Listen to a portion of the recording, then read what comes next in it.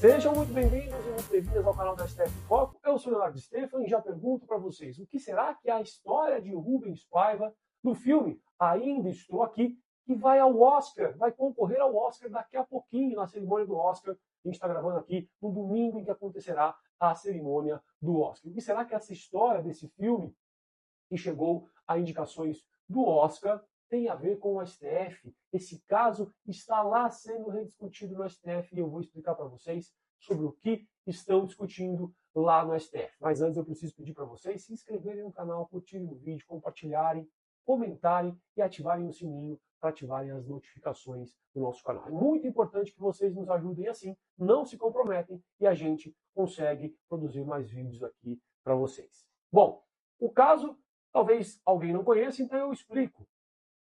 O caso de Rubens Paiva, ele foi sequestrado pelos militares à época da ditadura militar, em 1971, foi morto pelos militares e o seu corpo nunca apareceu. A história do filme é sobre a história da família Paiva antes e depois desse sequestro, como eles lidaram. A Eunice Paiva é a protagonista desse roteiro e uma mulher que se mostrou incrível ao conseguir levar a sua família para frente, mesmo com uma diversidade desse tamanho. Então, a gente vai explicar aqui por que estão rediscutindo essa história lá no STF. Bom, o STF, na última semana, ele reconheceu a repercussão geral em 3 casos envolvendo pessoas que desapareceram durante o período da ditadura militar, que foram sequestradas, como Rubens Paiva, mortas e seus corpos nunca apareceram. Um desses casos é o caso de Rubens Paiva. Então nós vamos focar mais nele, mas há outros 2 casos também sendo rediscutidos juntamente lá no STF. Para entender essa discussão no STF, você precisa entender que existiu lá em 1979 uma lei da anistia. Os parlamentares à época resolveram perdoar todos os crimes políticos, aqueles conexos aos crimes políticos acontecidos durante o período da ditadura militar. Então teve uma lei que anistiou tanto os militares quanto os então chamados terroristas. Todo mundo foi anistiado para tentar colocar ali uma pá de cal nessa situação. Sobreveio a Constituição Federal de 1988 e lá no artigo 5º, em um dos seus incisos, a Constituição Federal de 88 proibiu a anistia para crimes de tortura, crimes hediondos, tráfico ilícito de entorpecentes. Alguns crimes ali foi proibida a anistia. Bom, dito isso, em 2010, o STF julgou a ADPF 153. E lá em 2010, o STF começou a discutir se era possível, era constitucional, os próprios militares se auto-anistiarem. Ou seja, lá em 1979, ainda vigia o governo da ditadura militar, claro, de uma forma mais branda, mas ainda existia a ditadura militar. E isso começou a se discutir. Ora, eles mesmos no poder poderiam ter se auto-anistiado? E mais, o STF discutiu. Ora, a Constituição Federal trouxe uma regra explícita de que não é possível anistiar o crime de tortura e não é possível anistiar o crime hediondo. E o homicídio qualificado, como era o caso do Spire, é um crime. Mas o STF entendeu que ainda assim a lei da anistia deveria ser aplicada.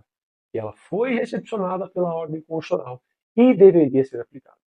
Eu gosto muito do voto do ministro Aires Brito, que entendeu que ela deveria ser aplicada, exceto para os crimes que a Constituição Federal de 1988 não admite a anistia, como o caso da tortura e o caso dos crimes hediondos.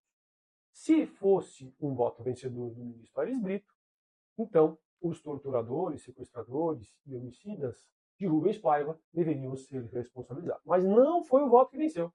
Os votos vencedores, dentre eles os votos do ministro Gilmar Mendes e da ministra Carmen Lúcia, o ministro Dias Toffoli também estava na composição do plenário, porém se declarou impedido para julgar a causa.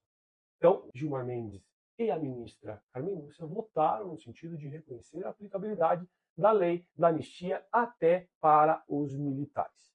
Isso ficou definido lá em 2010.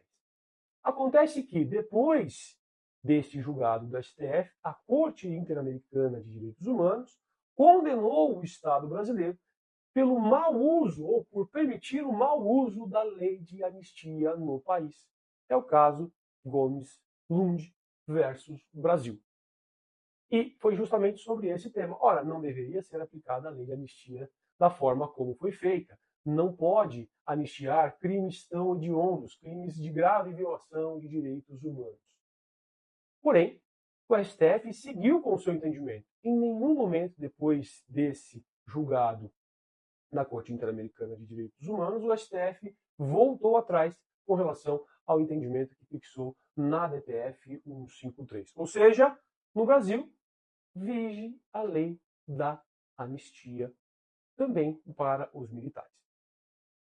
Acontece que o Ministério Público Federal não concordou com isso e denunciou diversas pessoas envolvidas em mortes, sequestros e torturas no período da ditadura militar, principalmente com relação aos crimes de homicídio e depois de ocultação de cadáver. Com relação a essas pessoas, o Ministério Público Federal não se contentou com a decisão da STF e denunciou diversas pessoas envolvidas em homicídios, ocultação de cadáver, fraudes processuais à época da ditadura militar. 3 desses casos são esses que chegaram ao STF. O de Rubens Paiva começou lá no Rio de Janeiro. Teve um outro, por exemplo, que é do Elber, que ele foi torturado também, sequestrado e acabou morrendo também em razão dessas torturas e o seu corpo foi ocultado à época do regime militar. E o Ministério Público Federal não perdoou, denunciou a todos com a seguinte tese. Ora, depois da decisão da STF, veio a Corte Interamericana de Direitos Humanos. E esse acórdão, essa decisão da Corte Interamericana de Direitos Humanos deve prevalecer em relação à DPF 153 para crimes de graves violações de direitos humanos. Por quê? Porque o Brasil lá fora está passando vergonha. Basicamente isso que disse o MPF. Além disso, o entendimento da STF não se aplicaria, segundo alega o MPF, não se aplicaria a graves crimes de violação de direitos humanos, como foram esses crimes envolvendo Rubens Paiva, o Elber e outras pessoas que foram torturadas, sequestradas, foram mortas e os seus corpos nunca foram encontrados.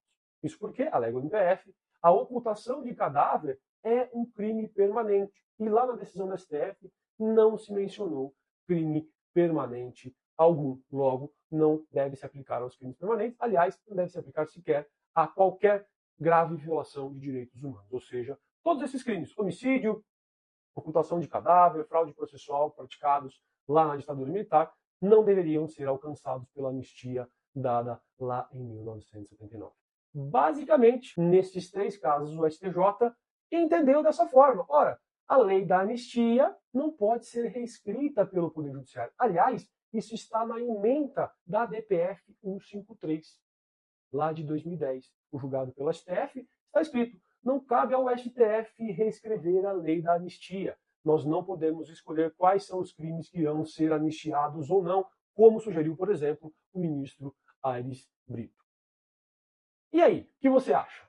Acha que deveria ser aplicada a lei da anistia para todo caso, exceto para graves violações de direitos humanos, como sugere o MPF?